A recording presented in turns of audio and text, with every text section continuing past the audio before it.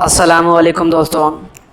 अबू जहल को किन दो अंसारी बच्चों ने कत्ल किया, आज इसके बारे में जानते हैं। हज़रत अब्दुर्रहमान बिन औफ़ रज़ी अल्लाह तआला अन्हु मशहूर और बड़े सहाबी हैं। फरमाते हैं कि मैं बदर की लड़ाई में मैदान में लड़ने वालों की सब में खड़ा था। मैंने देखा कि मेरे दाएं और बाएं जानब अंसार के दो कम उम्र लड़के हैं। मुझे ख्याल हुआ कि मैं अगर कवि और मज़बूत लोगों के दरमियान होता तो अच्छा था कि ज़रूरत के वक्त एक दूसरे की मदद कर सकते। मेरे दोनों जानब बच्चे हैं, ये क्या मदद कर सकेंगे। इतने में इन दोनों लड़कों में से एक ने मेरा हाथ पकड़कर कहा, चाचा जान, तुम अबू जहल को भी पहचानते हो? मैंने कहा, हाँ पहचानता हूँ, तुम्हारी क्या अर्ज़ है?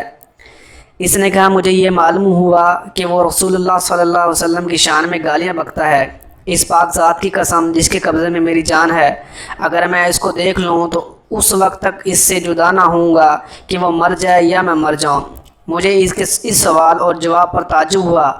इतने में दूसरे ने यही सवाल किया और जो पहले ने कहा था वही इसने भी कहा। इत्तफाकन मैदान में अबू जहल दौड़ता हुआ मुझे नज़र पड़ गया। मैंने उन दोनों से कहा कि तुम्हारा मतलूब जिसके बारे में तुम मुझसे सवाल कर रहे थे वो जा रहा है। दोनों ही सुनकर तलवारें हाथ में लिए हुए एकदम भागे चले गए और जाकर उस पर तलवार चलानी शुरू कर दी, यहाँ तक कि इसको गिरा दिया। ये दोनों साहबजादे मुआज़ बिन अमर और मुआज़ बिन अफ़रा हैं। मुआज़ बिन अमर कहते हैं कि मैं लोगों से सुनता था कि अबू जहल को कोई नहीं मार सकता, वो बड़ी हिफाजत में रहता है। मुझे इस वक्त से ख्याल था कि मैं इसको मारूंगा।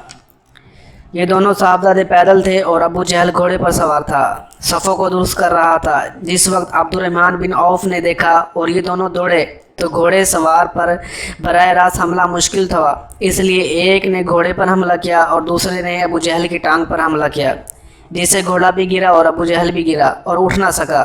ये दोनों हजरात तो इसको ऐसा करके छोड़ आए थे कि उठ ना सके और वहीं पड़ा तड़पता रहा, मगर मुआज़ बिन अफ़रा उनके भाई ने और ज़रा ठंडा कर दिया कि मुबादा उठ कर चला जाए, लेकिन बिल्कुल उन्होंने भी ना निपटाया। उसके बाद अब्दुल्ला बिन मसूद रज़ियल्लाहु तआला अन्हु ने बिल्कुल ही सर जुदा कर दिया। मुआज़ बिन अमर कहते हैं कि जिस वक्त मैंने इसकी टांग पर हमला किया तो इसका लड़का इकरमा साथ था। उसने मेरे मोढ़े पर हमला किया, जिससे मेरा हाथ कट गया और सिर्फ खाल में लटका हुआ रह गया।